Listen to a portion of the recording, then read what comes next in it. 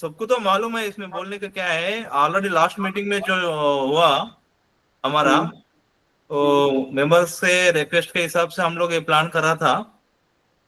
कोई भी मेंबर्स अभी, सबको गुड इवनिंग है। कोई भी मेंबर्स को अगर कुछ डाउट है तो अभी हमारा सीए साहब को पूछ सकते डाउट्स। आशीष जी, सब लोग आपका वीडियो ऑन कर लीजिए, एक hi minute Mukesh ji. Hi sir. Ashish ji, आप you can overtake now. Good evening everybody. Yes sir, good evening. Thank you for your valuable time. Good My evening, Mr. pleasure. Ashish. Good evening, ma'am. Mukesh ji, shall we start the presentation?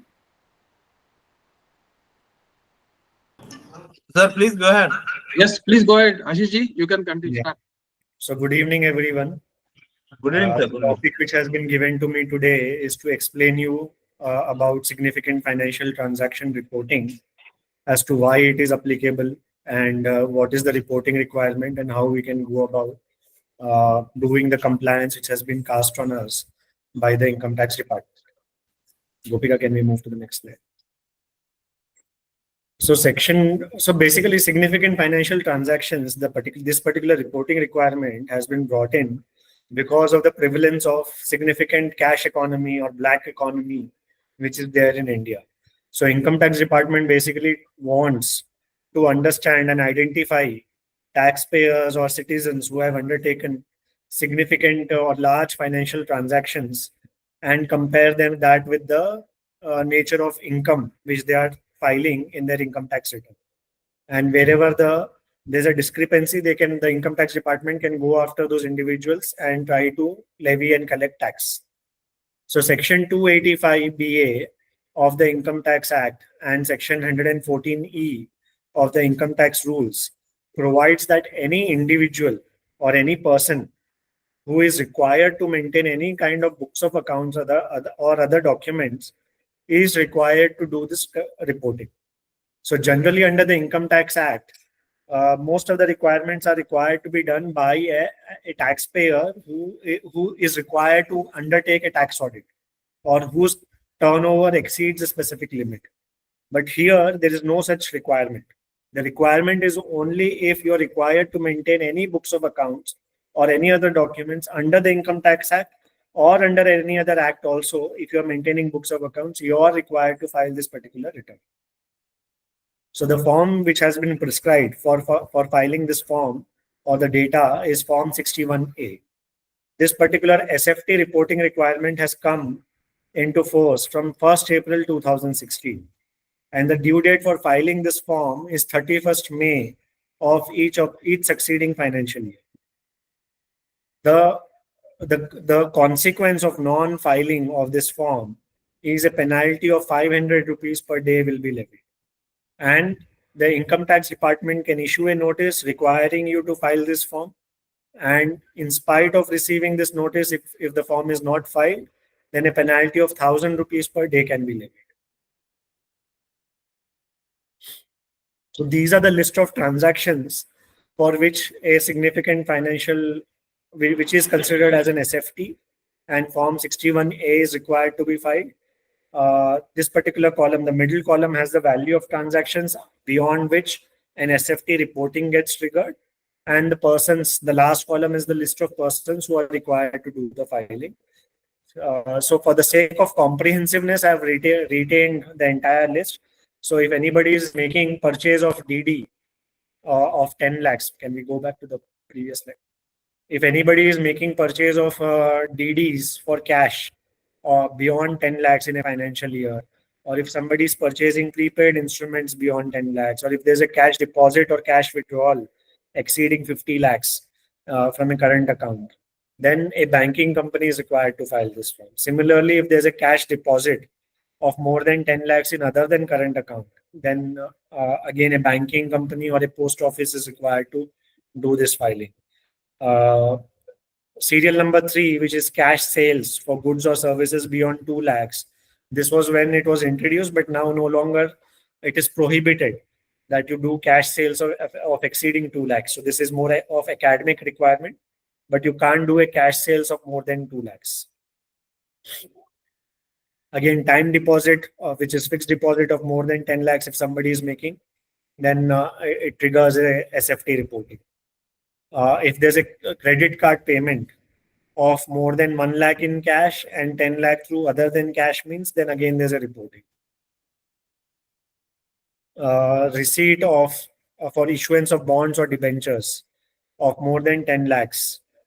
Receipt for acquiring shares of or more than 10 lakhs. Buyback of shares by a listed company for a value of more than 10 lakhs. Then similarly, receipt for issuance of mutual funds for more than 10 lakhs. Finally, the one which is most relevant for us, if a dealer or an authorized dealer is selling foreign currency for more than 10 lakhs, either by way of prepaid cards or credit cards or any other traveler's checks, all of this, if it is more than 10 lakhs in a financial year, then it will trigger, or we are all required to do this SFT filing and do the compliance which is required. So basically, what will, as a first step, what this will trigger is that we need to have systems and processes which will help you identify people or customers who have undertaken these kinds of transactions, because your MIS systems and bookkeeping systems have to be aligned to capture this requirement. So what is required to be filed? I have my colleague Gopika Kabra, who will take you through the remaining part in terms of the compliance requirement and how the filing has to be done. Over to you, Gopika.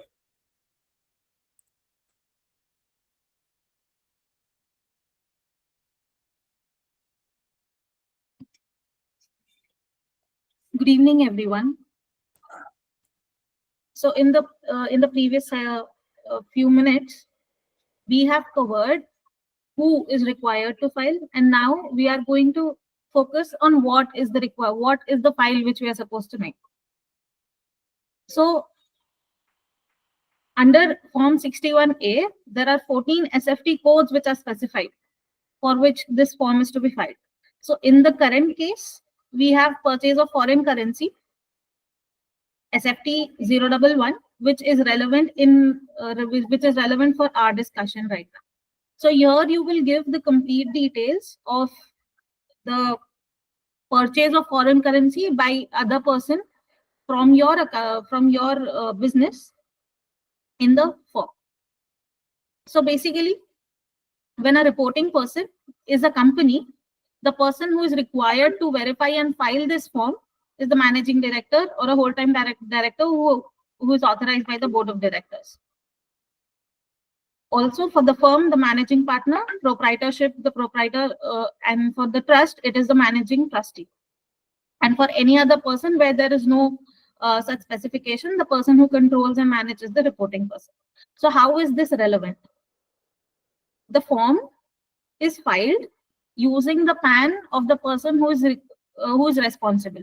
So how and what we will see in the further slides. So moving on, we have what is required is something we have completed, and now we move on to the next aspect, and the most important one is to how do we file it. So the first step for any filing of any form requires you to get registered.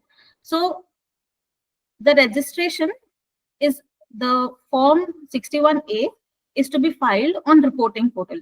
However, the registration is initiated from your e-filing portal. So once you log into your e-filing portal, you can select the option as mentioned in the screenshot here, which will help you redirect to the reporting portal.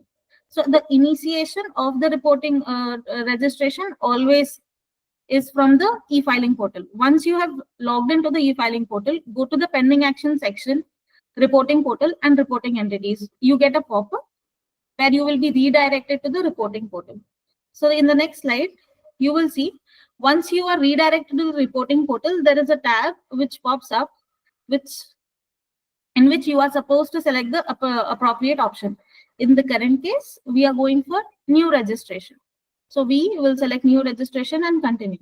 Once you have selected that, You move on to the next important aspect, that is which form are you supposed to file. In our current case, we are filing form 61A. So you are supposed to select form 61A from the drop down, and the entity type can be selected from this drop down. The list of entities which are presented in the right side of the slide is you are required to select from one of those. Once you have selected and you continue to the next page, clicking on next, you will be redirected to enter the reporting entity details. Here you are required to give the complete details of the reporting entity, the business for which the same is being filed, whether it's a sole proprietorship or a company or a partnership. Once you have presented these details, you're supposed to ensure that these details are in line with the e-filing portal details. Once you have cross-checked it, you are supposed to add the principal officer here. The principal officer means an officer who is designated by the reporting person, who will be able to view or add users and manage the users on the portal. But there is another designation here, which is the designated director. The designated director is the most important person from whose details you will be required to file all the forms. So once you have added the principal officer, you are supposed to add the designated director. Can the principal officer and the designated director be the same person? Yes, there is no problem. Both the people can be the same person. You can also add a nodal officer who can help you with the technical support or probably entering the data and all. They will have limited access to the portal. However, a nodal officer is not compulsory, but adding principal officer and designated director is a must. Once you have added all these details, you are supposed to click on preview, check all the details, and then click on the button of submit and submit your application. If there are any errors, the application, when you click on submit, you will get a pop-up to rectify those errors. If there are no errors, you will get an acknowledgement number along with an acknowledgement PDF, which gives you the details of all the information you have just filled in. Once you get this, you are successfully registered on the reporting portal. However, you are supposed to activate the user before you proceed further. So an email and SMS will be sent for the user activation to the designated director details. Once you receive an email, in the email you will be given the temporary credentials with which you can log into the portal. Once you have logged into the portal, you will be prompted to change these temporary password, temporary details, and once you have updated the password, you will now be able to log in with the revised user ID and the password. Once you have successfully registered, our next point is filling in the complete form.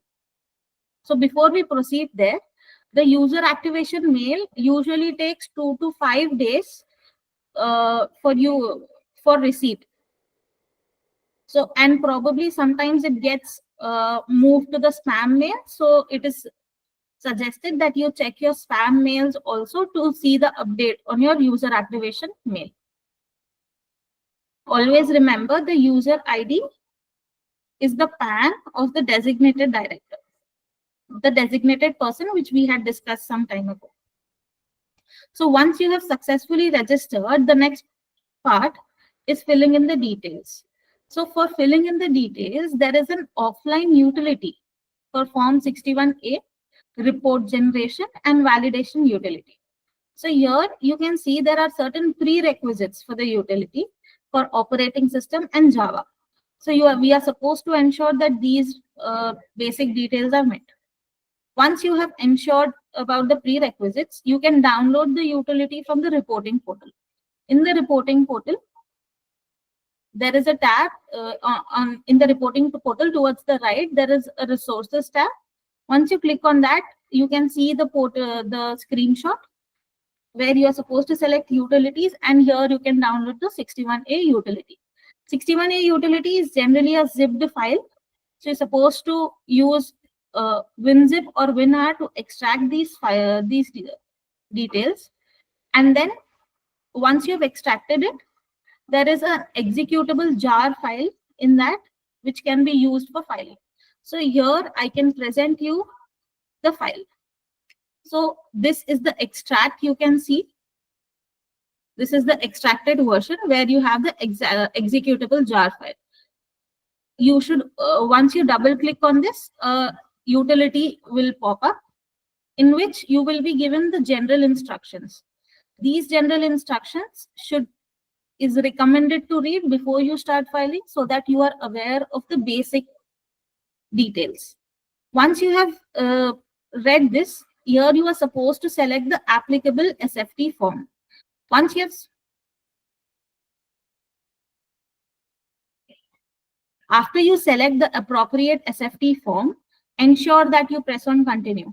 If you do not do that, the details might not pop up and your utility will be empty.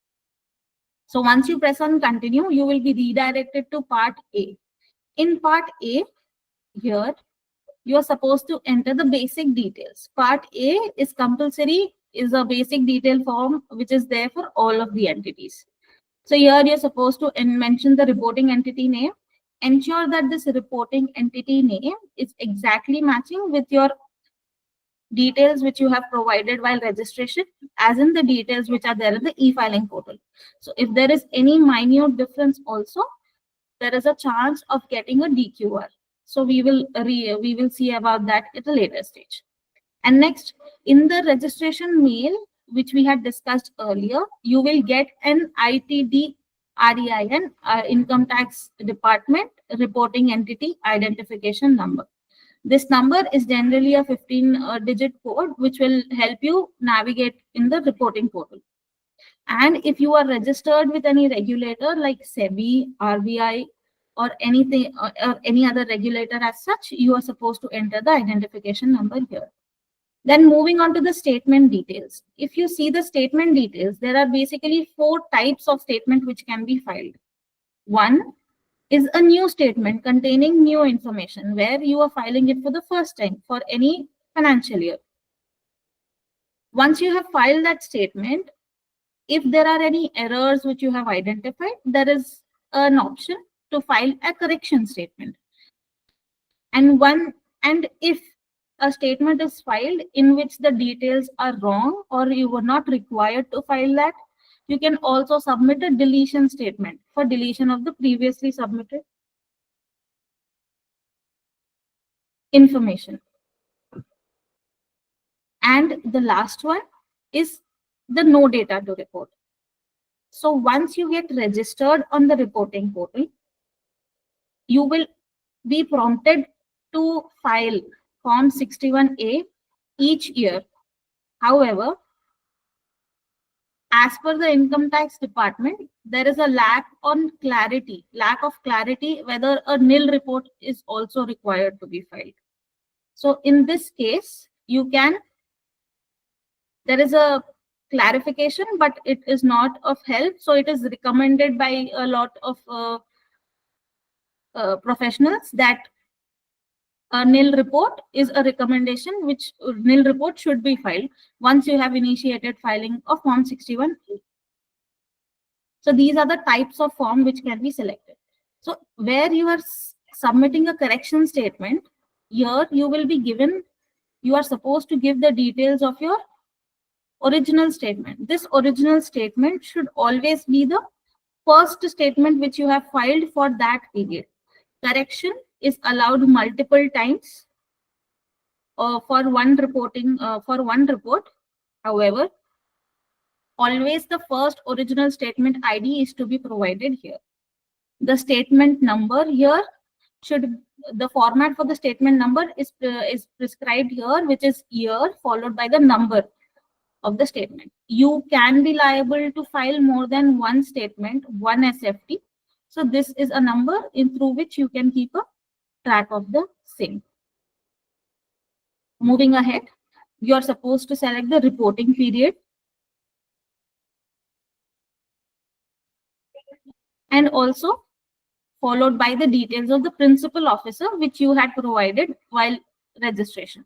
So having the details of principal officer and other details which you have provided for at the time of registration is always a must, so that you can use it for future references. Once you have entered all the details in part A, you can move on to part B, where you will provide the details of the transactions. So in Form 61A, there is a two-step data entry. So first step requires you to provide the details of the individual or the person with whom you are transacting. So here you can add a person by giving the basic details.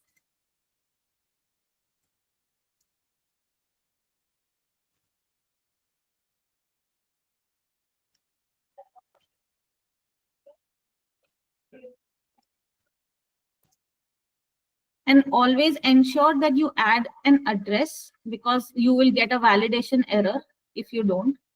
You can select the address type, enter the address.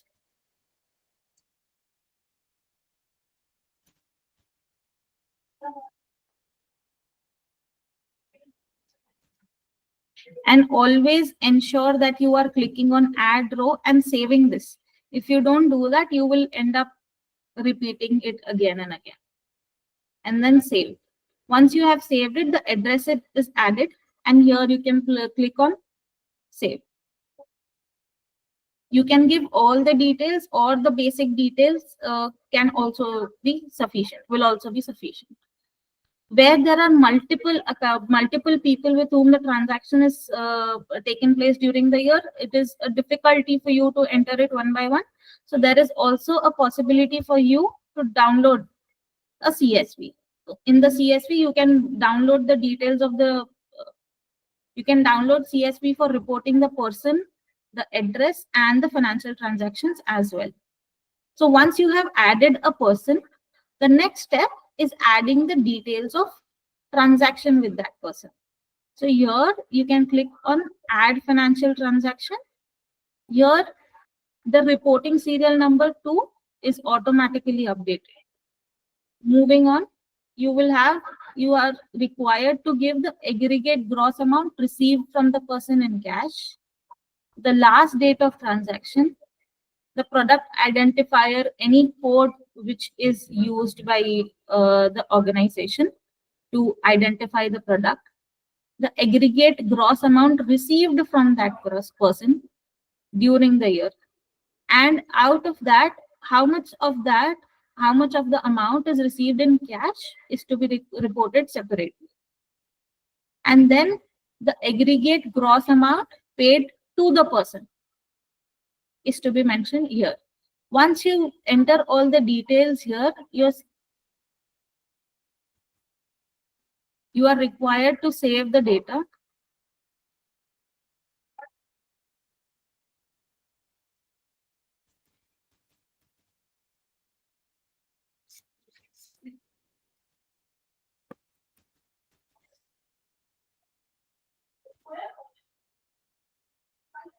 Once you have saved the data,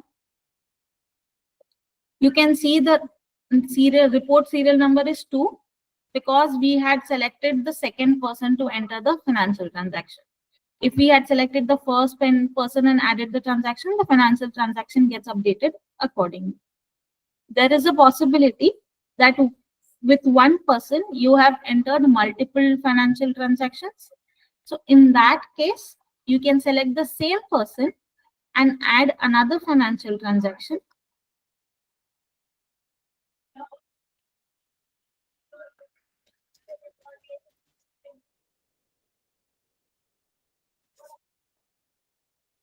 Which will automatically get updated in the financial transactions with the same serial number as it pertains to the same person. Once you have entered all the details, you are required to validate this form.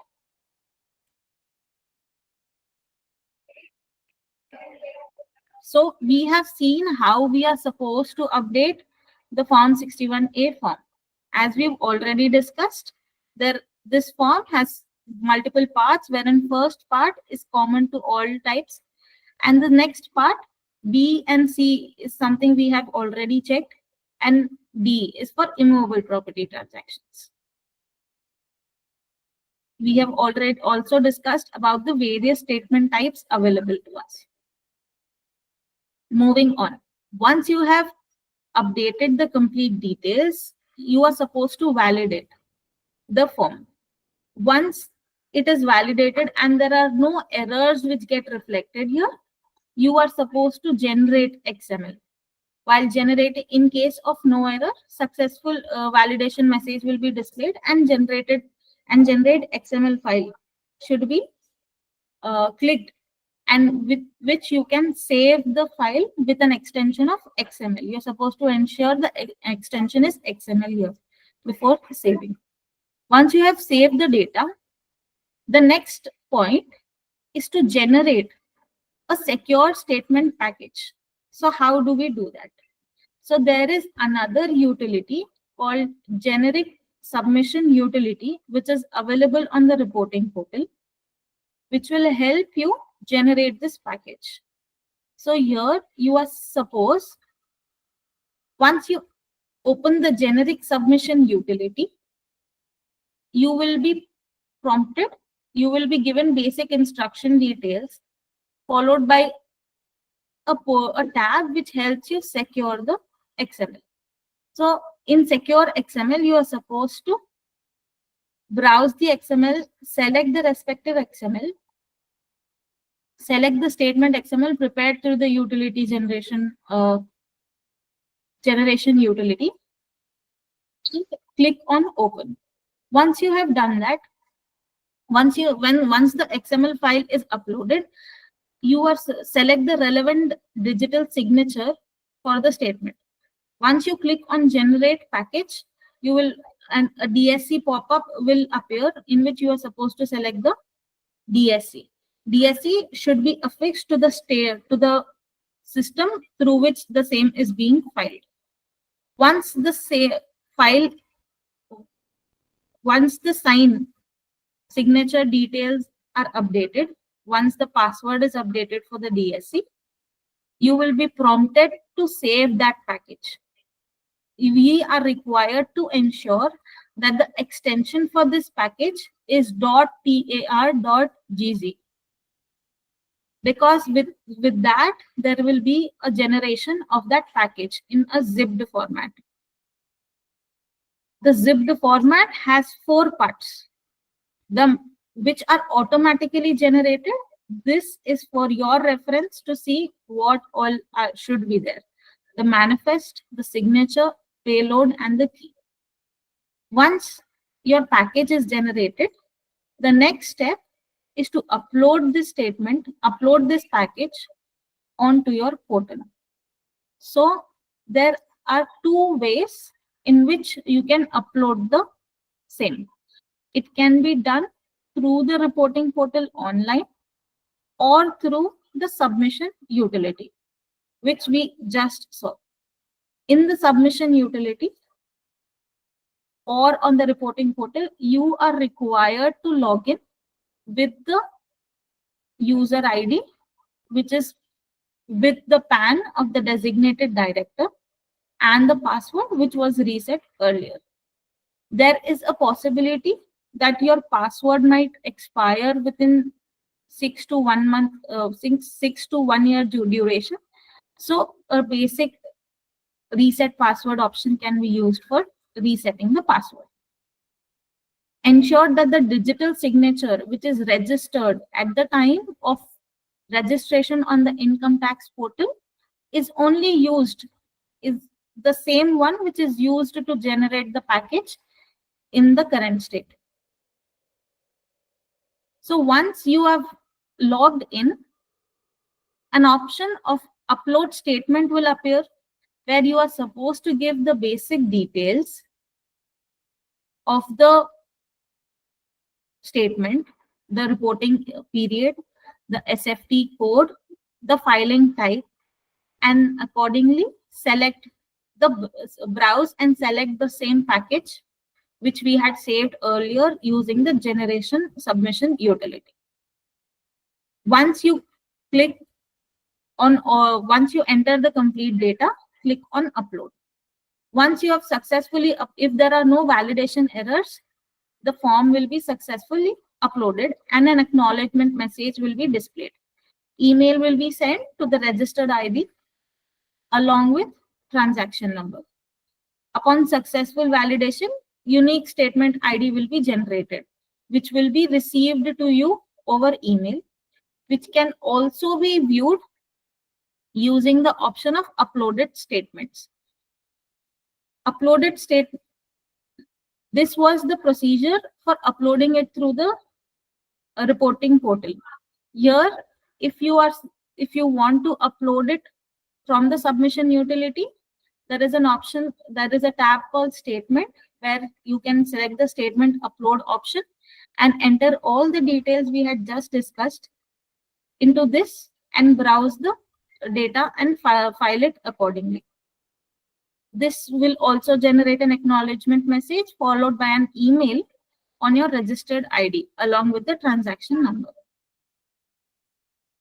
Once you have submitted and you receive an uploaded option, the validation checks take place on the portal, and then you will receive a status update whether it is accepted or rejected in a few days.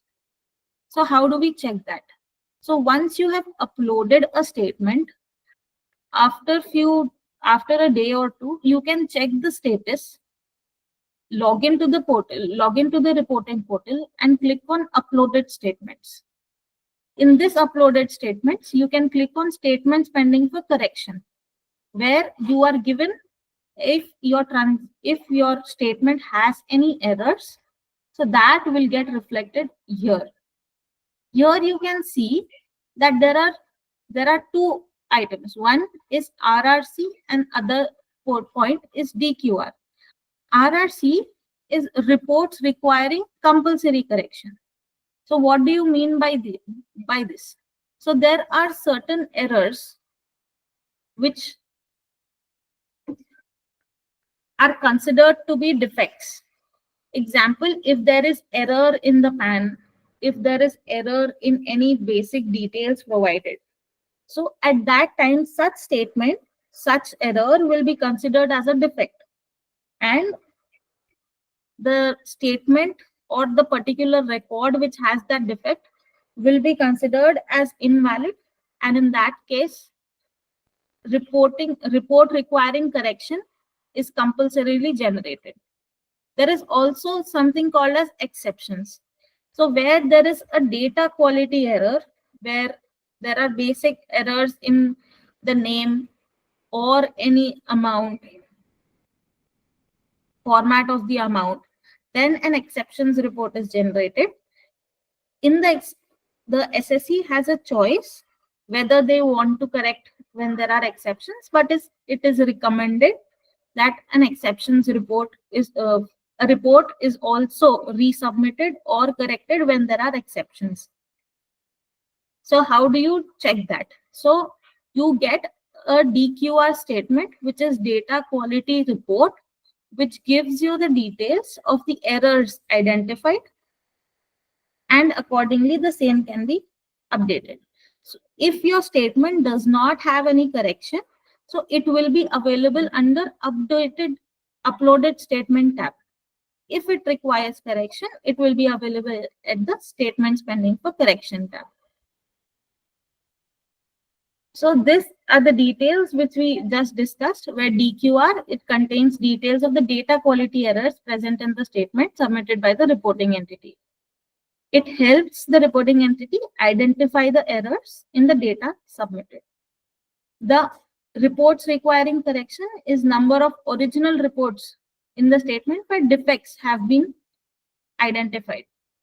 Then the reporting entity needs to ensure that RRC count is 0 for rectifying all the defective reports.